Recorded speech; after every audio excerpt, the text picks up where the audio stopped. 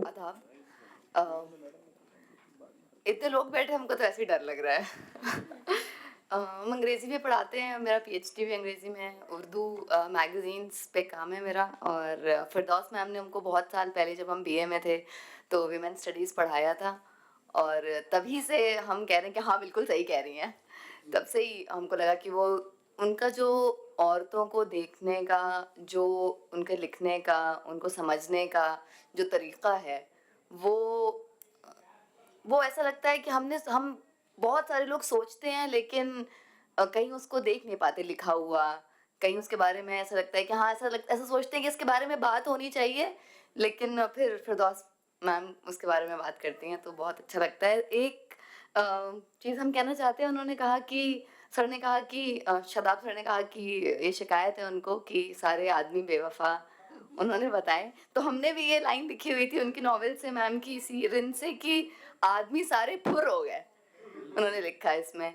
तो एक तरह का हमको लगा कि जो उन्होंने उसके एक तरह का अबैंडनमेंट जो वो गुले राना महसूस करती है और एक तरह का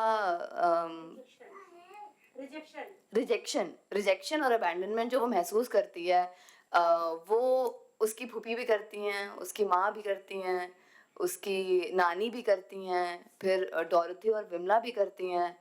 तो ऐसा लगता है कि कुछ तो बहुत गलत कर रहे हैं मर्द हज़रात, मिलकर के कलेक्टिवली। हाँ? तो उसके बारे में फ़िरदौस मैम ने लिखा नॉवेल में। और एक अब तो वैसे बहुत सारे लोग बैठे हैं तो वैसे ही बोलने में हमको घबराहट हो रही है, लेकिन एक चीज़ हम लिखना चाह रहे थे, पढ़ना चाह रहे थे इसमें से कि जब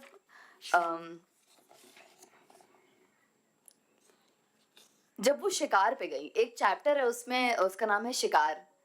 और वो बहुत ही उम्दा, बहुत ही इंटरेस्टिंग है, क्योंकि अ, एक तरह से तो ये है कि आदमी ये करते आ रहे हैं और औरतें ये करती आ रही हैं, लेकिन गुले राना जो बहुत सारे काम करती है, जिसमें वो बहुत सारे स्टीरियोटाइप्स को तोड़ने की कोशिश कर रही है, और वो कोशिश भी नहीं कर रही है, उससे बस वो हो रहा है। वो नशे की जो लत है, वो उसको उस बेबसी में, उस अबैंडनमेंट में वो क्या करे? मैम ने लिखा है बहुत अच्छे से कि उसको कोई सहारा नहीं नज़र आ रहा है। उसको लग रहा है कि इतनी लंबी ज़िंदगी कैसे गुज़रेगी? तो फिर नशे का सहारा लेती है।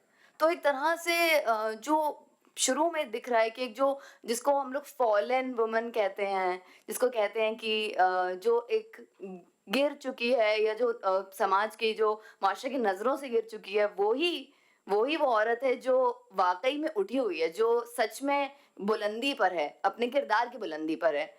फॉलन होने के बावजूद, जिसको हम सब कह सकते हैं, जो स्टेरियोटाइपिकल जो जितने भी हमारे पॉइंट्स हैं, उसमें वो सब टिक कर रही है, सारे गलत औरत होने के सारे पॉइंट्स वो टिक करे जा रही है, लेकिन वो अपने आप से अपने आप से वो सच्चाई कर पा रही है, अपने आप को वो जो वो है, अच्छी बुरी जैसी भी वो है, उसको कोई शर्मिंदगी नहीं है अपने होने पर, उसको कोई किसी को जस्टिफिकेशन नहीं देना है किसी तरह का। मैम ने उसको इस तरह से, फ़िरदौस हमने उसको इस तरह से उसका कैरेक्टर डेवलप किया है कि कभी आप ये नहीं कहेंगे कि ये क्यों कर रही है, आप समझ पा रहे हैं उसको, एक तरह की अंडरस्टैंडिंग पैदा हो रही है उसको लेकर के, जो ऐसा लगता है कि हर औरत चाहती है कि उसको ये सफाइयाँ ना देनी पड़े, उसको वज़ाहतें ना देनी पड़े कि वो जो कर रही है वो क्यों कर रही है, कोई उसको समझे।